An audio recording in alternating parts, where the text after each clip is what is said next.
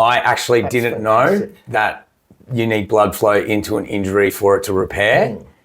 And oh my God, this is like mind-blowing stuff for me. So you actually avoided surgery? I avoided surgery. I had my surgery booked. I was ready to roll. And I worked so hard with his physio, and now I have zero issues. Oh. Crazy. So I can get back to what I love. Yeah.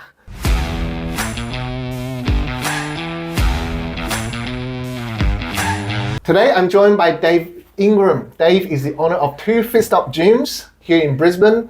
Very busy gyms, Salisbury and Annerley. He opened his doors during one of the most uncertain times in history, COVID.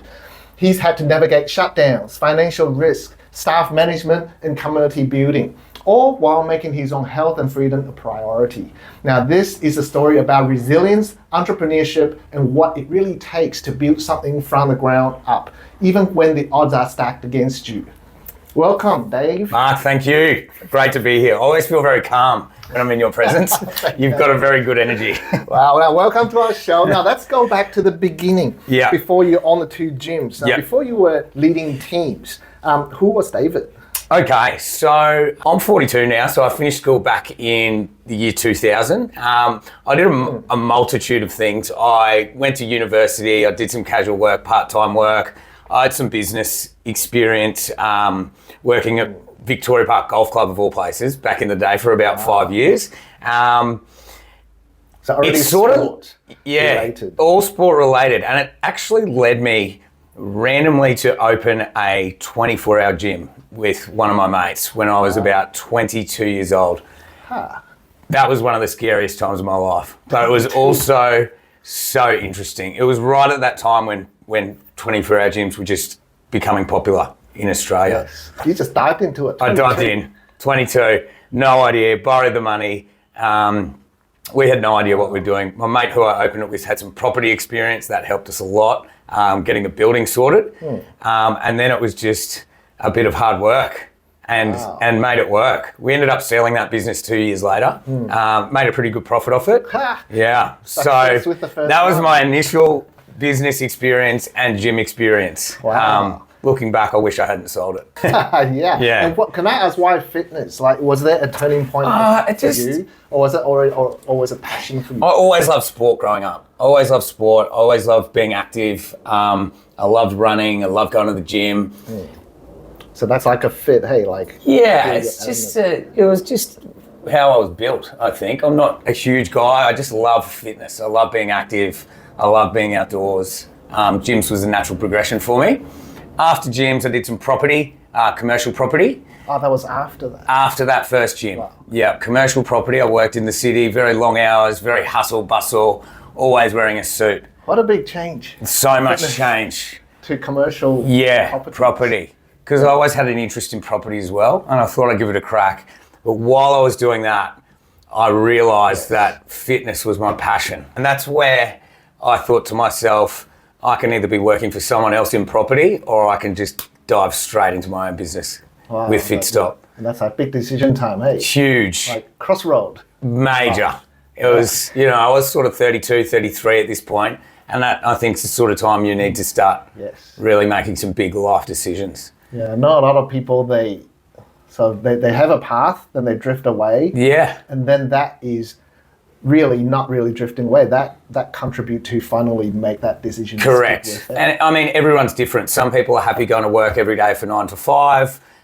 Some people are happy, working much more than that or casual. But for me, it was all about having my own business and building a life around that business. Now, Dave, are you able to tell our audience some of the fears? I'm guessing like you just dive into business at 22, and then the second time is into Fitstop. Yes. Right. So for our listeners out there, I can imagine a lot of them will want to, they might be thinking about getting into business. Yeah. What fears did you have, and how do you navigate through that?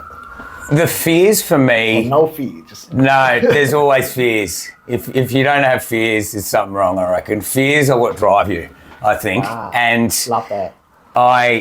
For me, the fear was, will this work? Or are people going to show up? Or if people show up to my gym, are they going to stay? And that's where that's where the hard work is. Yeah. Yeah. So. And how are you able to dive into it? It was a learning curve, but it was what I call sort of all in. So I went all in on Fitstop. All in on my business. I was sort of financially, I had to make it work. And there was a lot of investment, personal investment, getting the first one in Salisbury up and running. And there was so much on the line. And I just turned myself on. Every morning I was there, 4:20 a.m. Every night I was the last one to leave cleaning, you know, and just building that resilience and building that grit through that period. That is so amazing. And did people around you tell you things? I can imagine, say, family or friends. Like, my family did have some concerns at the start that I didn't really know what I was getting myself into. I guess that's the beauty of a franchise model. So Fitstop is a franchise model. So we have a head office in Brisbane. The founders, Pete and Beck, I'm good friends with, gave me a lot of support at the start. They're not there to run your business though. You know, it's up to me as a franchisee to really dig deep and make it work. But having those initial systems from a franchise perspective helping makes all the difference. I would imagine they would be giving you like a framework. Almost like a blueprint, yes. But in terms of the emotional side, that's really up to you, isn't it? You've got to be pretty headstrong in this game, and you've got to go all in, 100% all in, or it's not worth it. And what was the moment that you knew that you had to do it?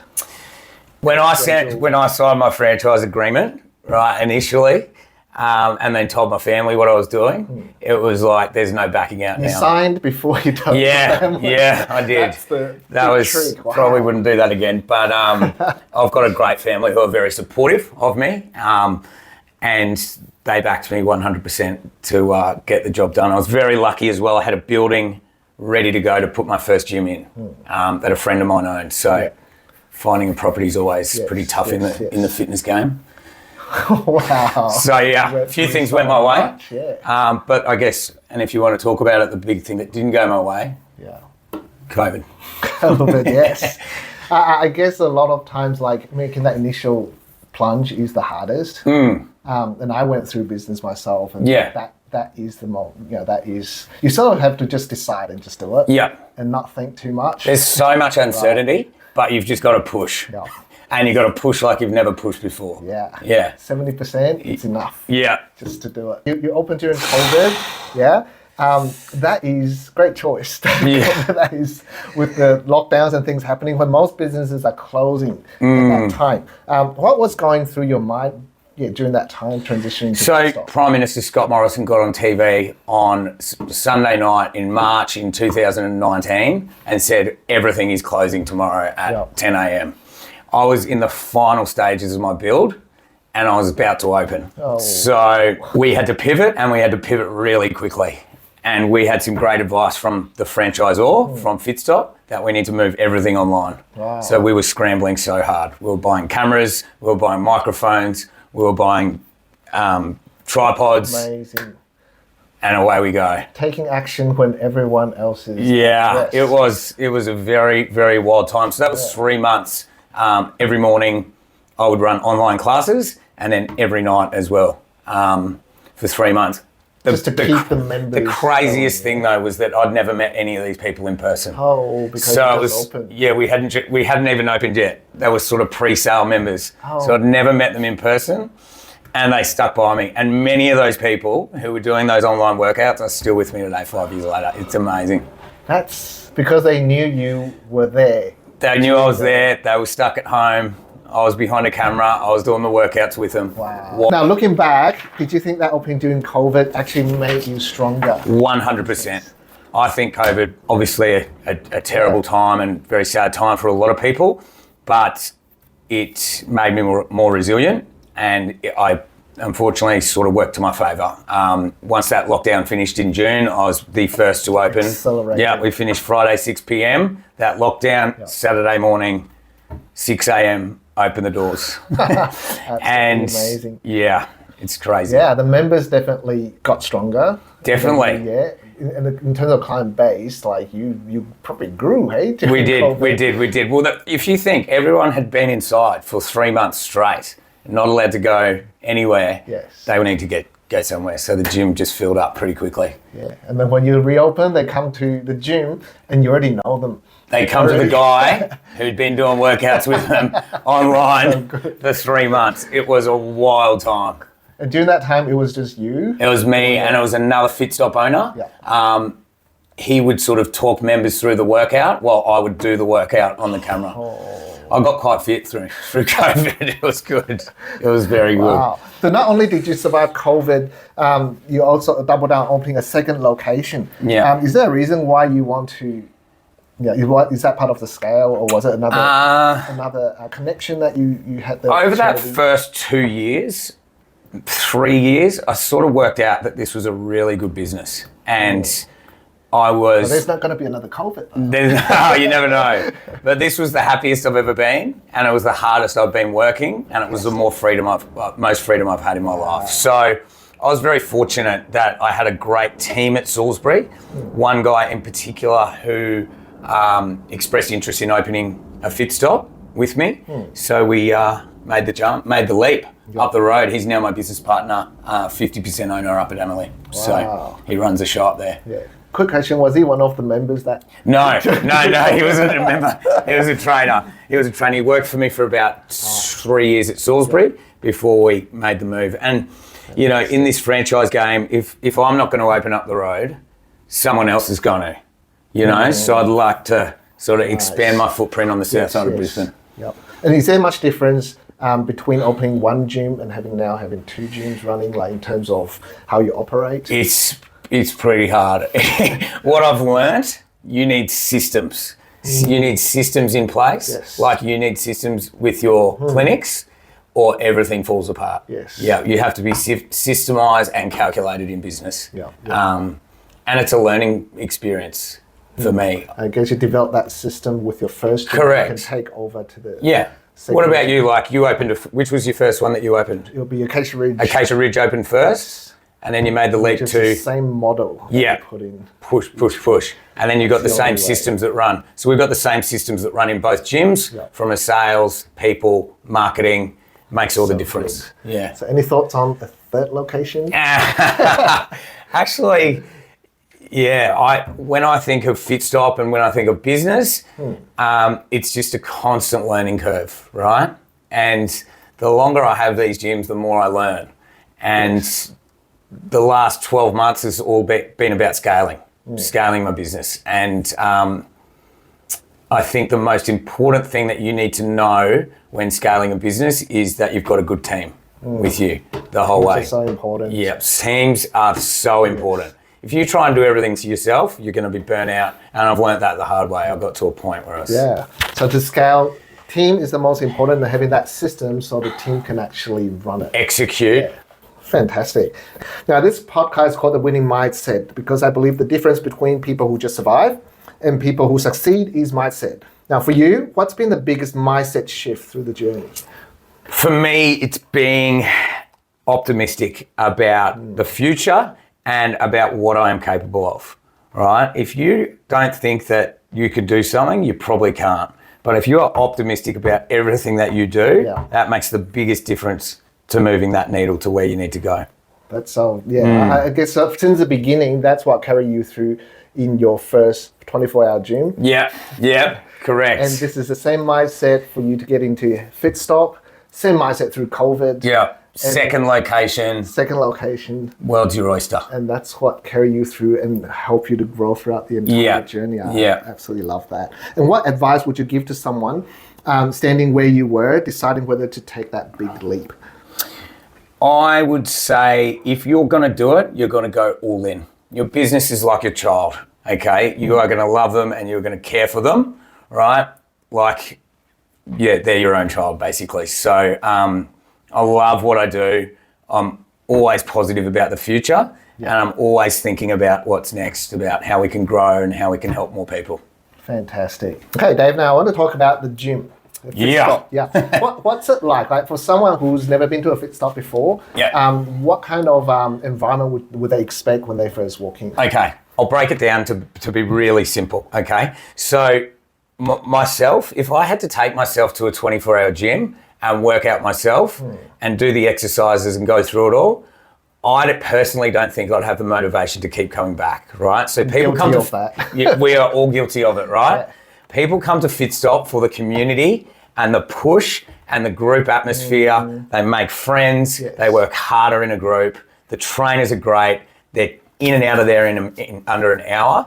It's just that community feel that they know that they can show up. They don't have to think, right? They can get an awesome workout in and they are done for the day. Wow. And Yeah. then, like, what kind of connection does everyone know everyone in there? Everyone, I wouldn't say everyone knows everyone. I know the trainers know everyone, Yeah. but I've seen some really, really strong friendships formed. I've seen some relationships formed, of all things. But it's just, for me, it's about, Fitstop is a relationship game, okay? And it's about creating relationships between people. And what I find happens is that the more relationships that are created, the more bonds that are created, the bigger the business gets. Yes. You know, people love working out with their friends. They love being pushed by their friends. So Yeah, this sense of community in a workout space is so it is so good. And I'm guessing it doesn't happen in any other gym. Like, say the 24-hour gym, this won't exist. Very hard to replicate. Yeah. So I guess that's what Fitstop has that advantage. Correct. It's over all the about gym. community. I mean, a lot of people throw the word community around, but it's just a good bunch of people getting together and trying to improve their lives. And how about the actual workout itself? What kind of fun. things do you do in there? So it depends on what day you come. Some people, some days it is more strength-based stuff, so it's a little bit slower, compound movements with a few accessories in there and building that lean muscle. Yes. Some of the days are more cardio focused, so getting that heart rate right up. It's really high energy, very hard, but that dopamine hit at the end, that feeling is just like, we call it the Fitstop feeling. So you just walk out of there and you are just on fire. Yeah. So so it's a combination of that connection and that variation in the exercises. Correct.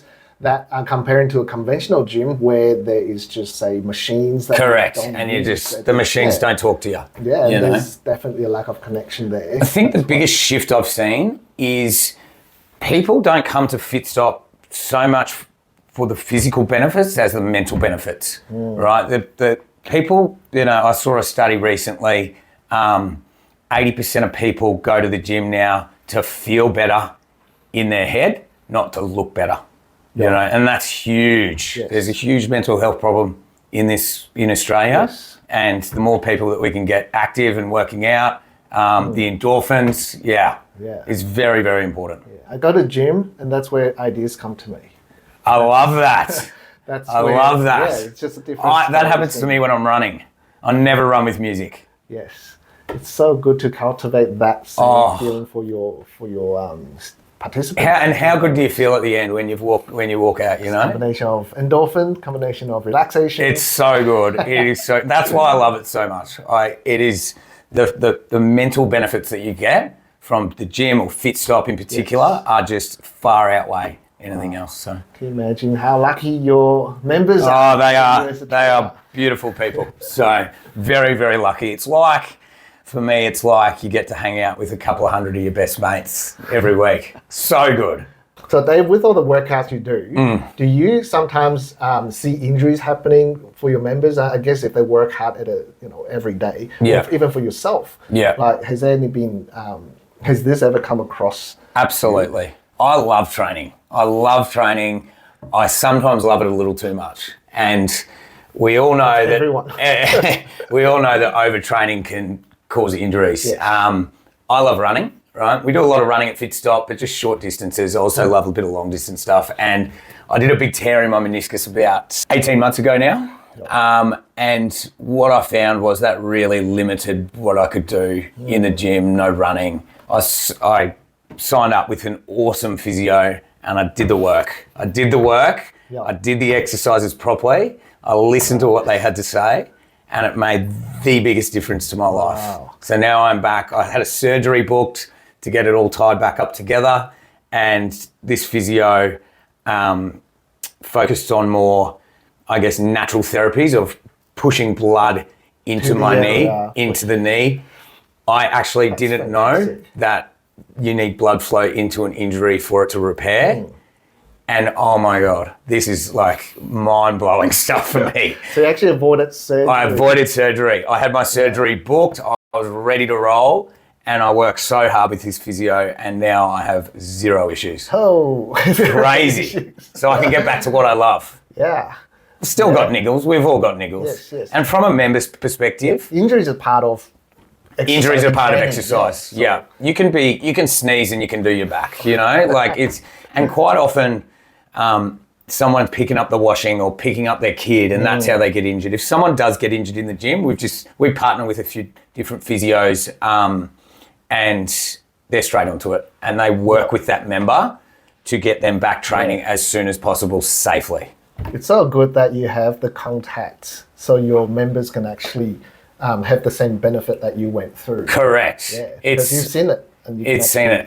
And the best thing is that the physios know Fitstop, right? So they know what we do. Yep. They can do a return to the gym plan. They can get that person moving way quicker than going off and getting a surgery, or even worse, sitting on the couch for 3 months while they try to heal their back, Doesn't work. For it to get better. Yeah. The only way is down. Yeah, the only way is down. I agree. Yeah.